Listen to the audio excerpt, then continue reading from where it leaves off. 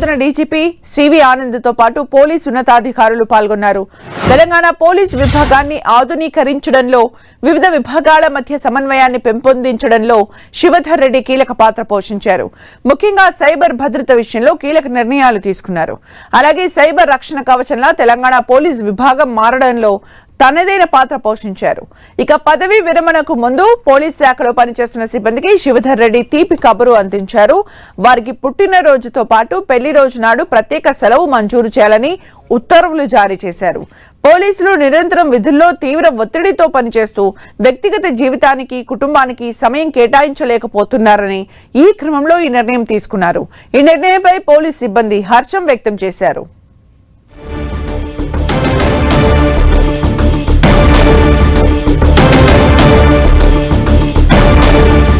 శివధర్ రెడ్డి 32 ఏళ్ల పాటు తన అమూల్యమైన సేవలందించారని నూతన డీజీపీ సివి ఆనంద్ అన్నారు. నక్సలిజం ప్రాబల్య ప్రాంతాల్లో ఆయన సేవలు అభినందనీయమన్నారు. ఎన్నో కీలక విజయాలు, మరెంతో మంది నక్సల్స్ సరెండర్ అవ్వడంలో కీలక పాత్ర పోషించారని అన్నారు.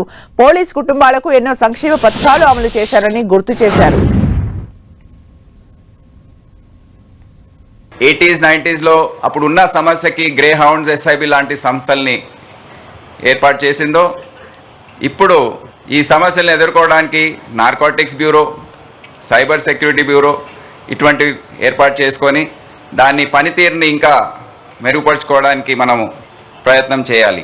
అదే సమయంలో పాత సంస్థలు ఏవైతే ఉన్నాయో, గ్రే హౌండ్స్ కానివ్వండి, ఎస్ఐబి కానివ్వండి, దాని రూపు రేఖలు కూడా మనము దాని గురించి ఆలోచించి, మరి ఆ సంఖ్యలో అవసరమా లేదా అనేది ఆలోచించి అందరం కలిసి ఏ దిశలో డిపార్ట్మెంట్ వెళ్ళాలో అనేది మనము అందరం ఒక టీమ్గా ఏర్పాటు చేసుకొని మనం ఆలోచించి ముందు తీసుకెళ్లే అవసరం ఎంతైనా ఉంది.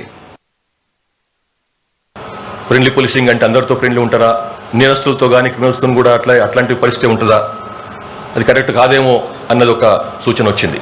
సరే, అది ఎవరెట్లా అర్థం చేసుకున్నా కానీ దాని నుంచి దూరంగా ఉంటేందుకని చెప్పి నేను వచ్చిన కొత్తలోనే, డీజీపీగా పదవి స్వీకారం చేసిన కొత్తలోనే ఫ్రెండ్లీ పోలీసింగ్తో పాటుగా citizen centric policing, people centric policing చేయాలి. దాన్ని సిటిజనే కేంద్రకంగా, సిటిజనే మూలంగా, సిటిజనే సెంట్రల్గా ఉండి అటువంటి పోలీసింగ్ చేయాలి.